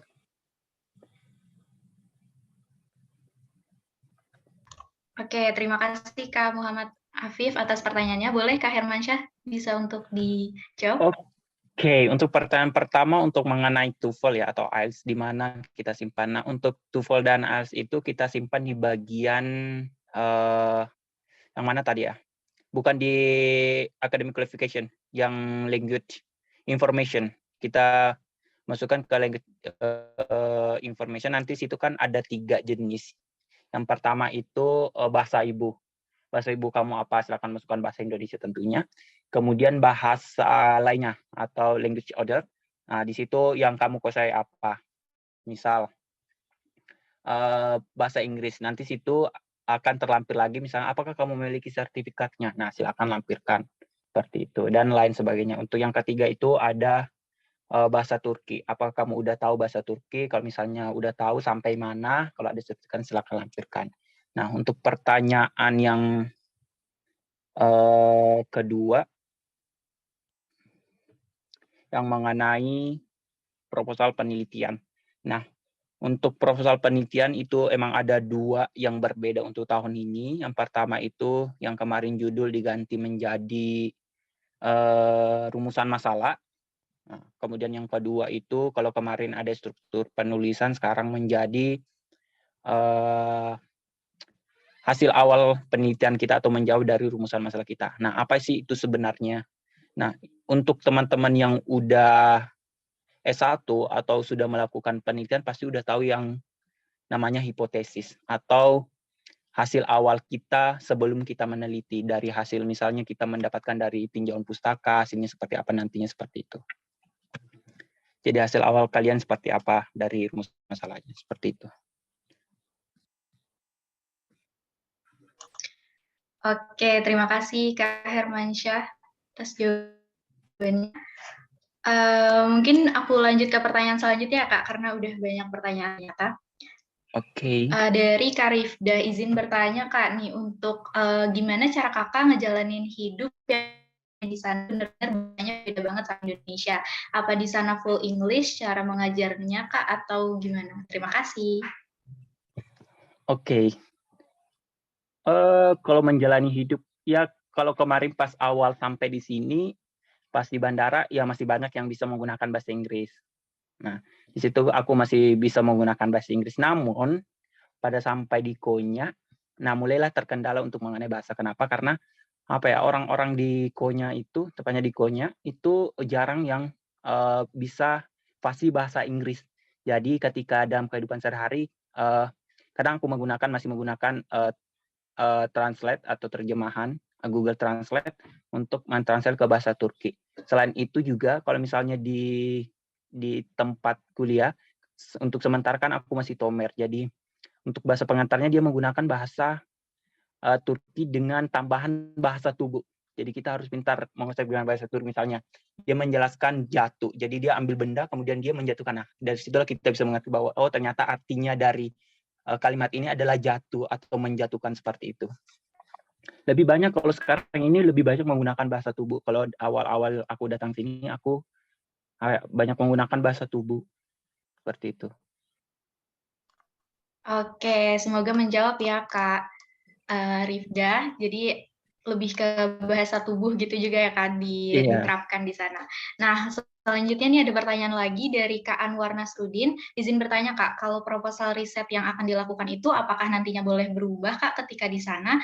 Menurut Kakak poin penting yang harus dicantumkan di LOI dan research plan apa ya Kak? Apakah harus mencantumkan riset yang telah dilakukan di Turki? Terima kasih. Oke. Pertama, apakah nantinya boleh berubah kata supervisor atau teman kalian pada saat nantinya udah mulai pendidikan di sini? Jadi bisa berubah. Menurut Kakak poin penting harus dicantumkan di LOI. Yang pertama, ini secara umum ya. Yang pertama, siapa kamu? Jelasin secara singkat. Misalnya nama kamu, jurusan kamu sebelumnya, kemudian ketertarikan kamu memilih jurusan ini pada saat S1 dan pada saat S2 nantinya. Kenapa kamu memilih jurusan itu? Kemudian background kamu seperti pendidikan, akademik, kegiatan-kegiatan yang pernah kamu lakukan, penghargaan, prestasi, organisasi, volunteer. Nah, itu silakan dilampirkan. Kemudian selanjutnya motivasi kamu ingin memilih Turki. Usahain ketika kamu menulis motivasi kamu ingin ke Turki yang secara detail, jangan yang secara umum. Misal nih, secara umum itu Turki karena 2 benua. Nah, semua orang tahu kalau Turki itu 2 benua. Nah, carilah yang alasan-alasan yang bisa secara detail itu. Misalnya kamu kaitkan dengan rencana penelitian kamu. Misalnya kemarin rencana penelitian aku tentang transportasi publik, khususnya tramway untuk di Kota Makassar. Nah, aku jelasin tuh bahwa Turki merupakan negara yang memiliki tram tertua di dunia. Nah, dan itu betul dan itu didasari dengan fakta yang ada seperti itu. Itu merupakan alasan terkuat kenapa memilih Turki. Nah, kemudian apakah harus mencantumkan riset yang telah dilakukan di Turki? Maksudnya riset Riset apa nih? Aku juga nggak. Apakah harus mencantumkan riset yang telah dilakukan di Turki? Boleh Kak Anwar Atau untuk risetnya harus memperjelas? ya? Atau harus risetnya dilakukan di Turki? Nah, kalau pertanyaannya harus penelitiannya harus dilakukan di Turki, itu tidak. Nah, kalau aku rencana penelitian aku itu tetap dilakukan di Indonesia, namun tetap mengacu ke Turki menjadi studi banding aku seperti itu. Oke, terima kasih Kak Hermansyah. Apakah Oke, ya. sudah menjawab Kak Anwar?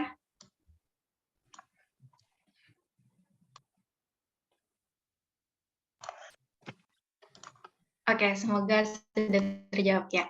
Nah, kita next lagi nih Kak ke pertanyaan selanjutnya. Wah, lumayan banyak nih pertanyaan dari teman-teman, kayak pada penasaran tentang beasiswa Turki Berselari ya. Kak izin bertanya, yang pertama, ketika kakak ikut dari administrasi sampai interview, kira-kira beasiswa YTB ISDB ini mencari peserta yang seperti apa ya Kak? Dan untuk pertanyaan kedua, boleh dong berbagi tips nyusun proposal penelitiannya? Boleh, silakan Kak Hermansyah. Oke.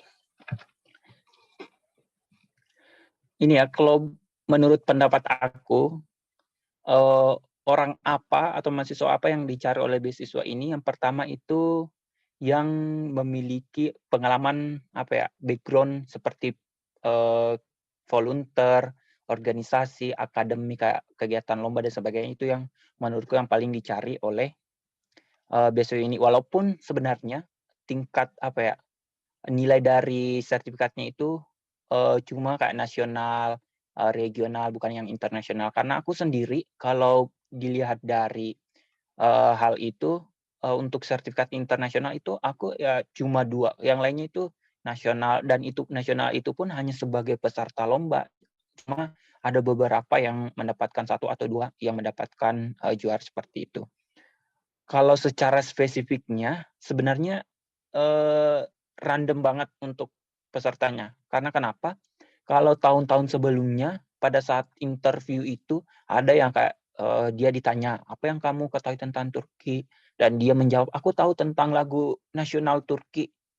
Nah, dia disuruh tuh nyanyi. Nah, dia suruh nyanyi dan dia lolos seperti itu. Jadi Kak, sangat random untuk apa yang dicari oleh beasiswa ini. Jadi juga tergantung dari keberuntungan kita seperti itu.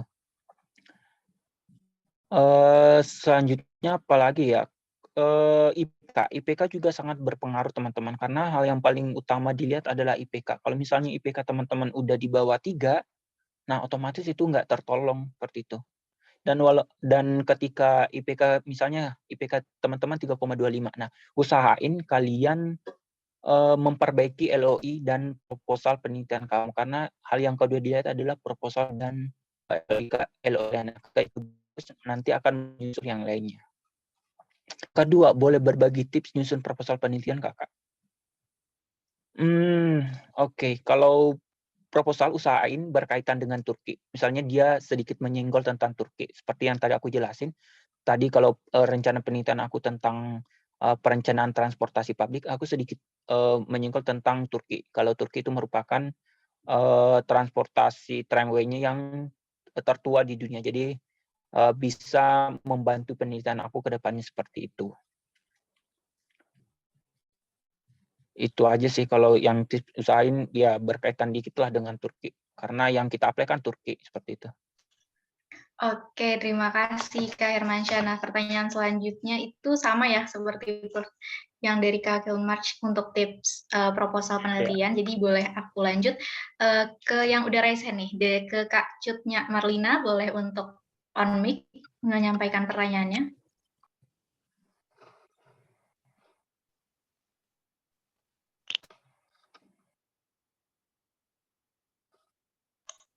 Halo Kak Marlina.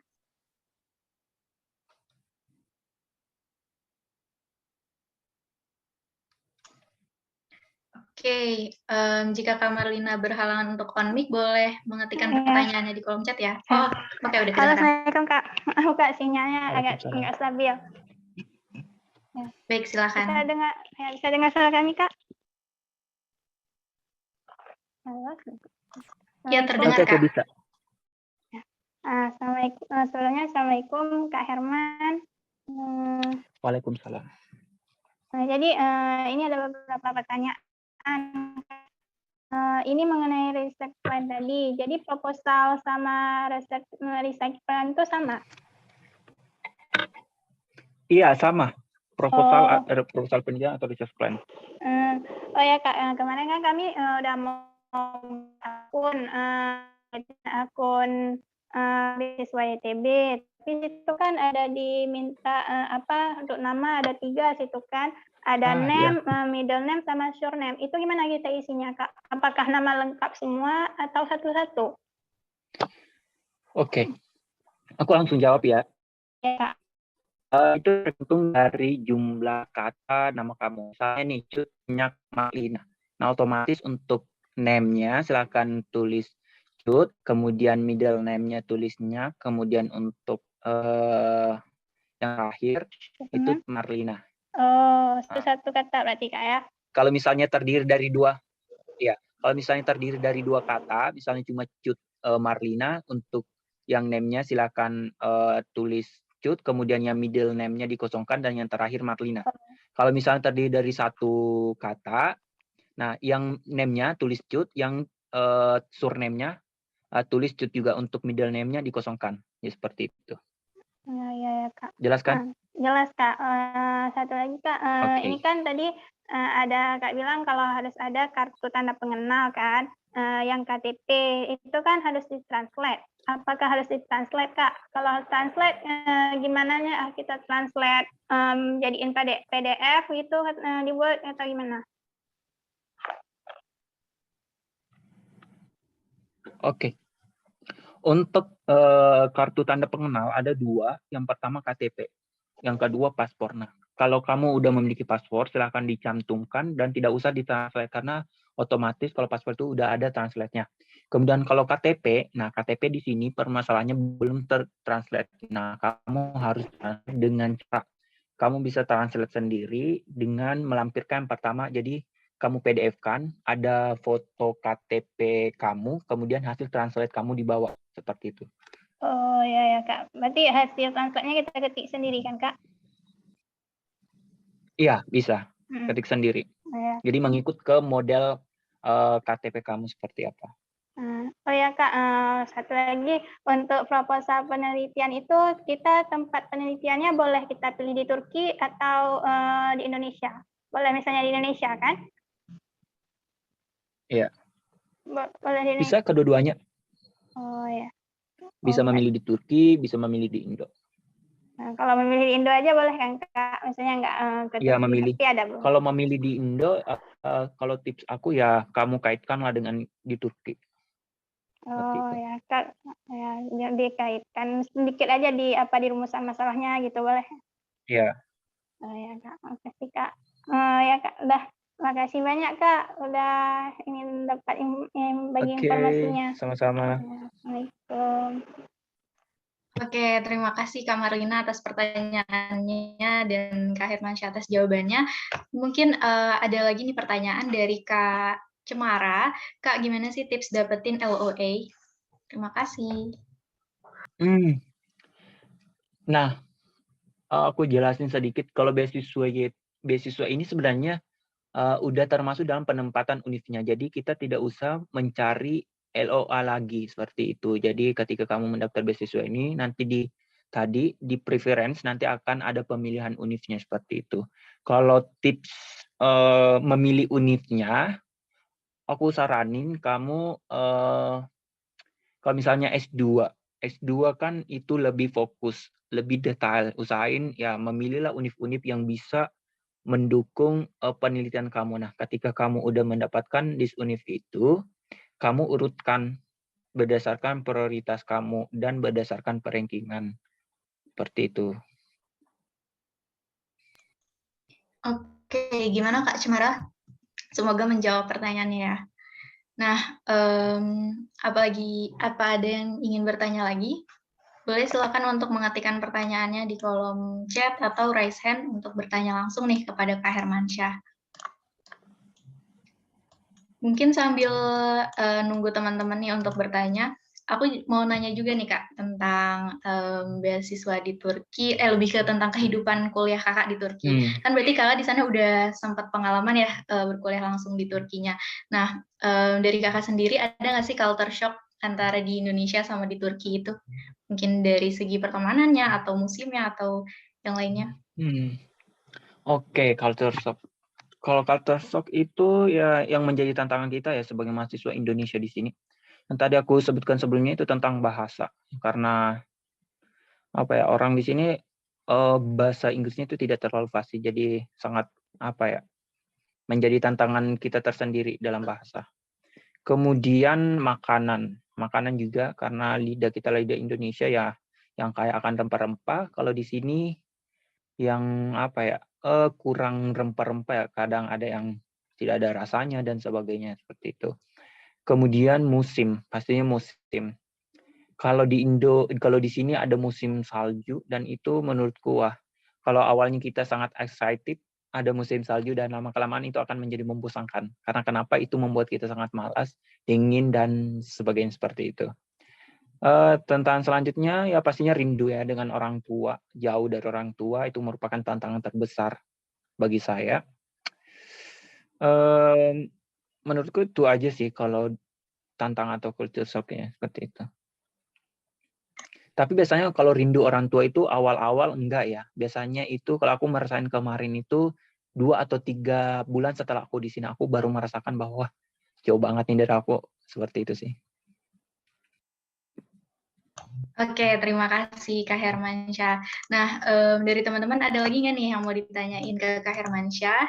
Jika nggak ada ya dilihat dari kolom chat, kayaknya sudah ditanyain semua dan tadi juga aktif-aktif semua ya teman-temannya. Nah, boleh mungkin Kakak untuk menyampaikan terakhir closing statement-nya kepada teman-teman mungkin untuk motivasinya nih untuk yang pada mau apply beasiswa Turki Berselari. Oke, motivasi ya. Bagi teman-teman, ini masih ada waktu sekitaran 7 hari ya kalau nggak salah. Ini udah tanggal 13 ya, berarti masih ada 7 hari dan biasanya itu tidak ada penambahan. Ya, penambahan waktu jadi otomatis pada tanggal 20 Februari itu akan langsung tutup. Teman-teman silakan daftar, silakan berusaha, jangan langsung patah semangat. Kita nggak tahu hasilnya seperti apa kalau kita tidak mencoba. Intinya kalau kita berusaha kemungkinan ada 2, yaitu kita berhasil dan ada juga yang gagal. Itu pastinya akan dialami oleh setiap manusia. Tetap semangat. Kalau misalnya kalian lagi malas atau buntu, moodnya nggak bagus ya carilah hal-hal yang bisa mendorong mood kalian naik lagi seperti itu. Jangan lupa berdoa, restu dari orang tua yang paling utama. Dan setiap rezeki orang-orang itu udah ditentuin oleh Allah Subhanahu wa taala. Jadi tinggal bagaimana kita berusaha untuk menggapainya seperti itu. Oke, terima kasih Kak Hermansyah. Nah, terakhir nih teman-teman, kita mungkin bakal ada sesi dokumentasi dulu ya Kak sama Kak Hermansyah sebelum akhirnya kita tutup webinar pada siang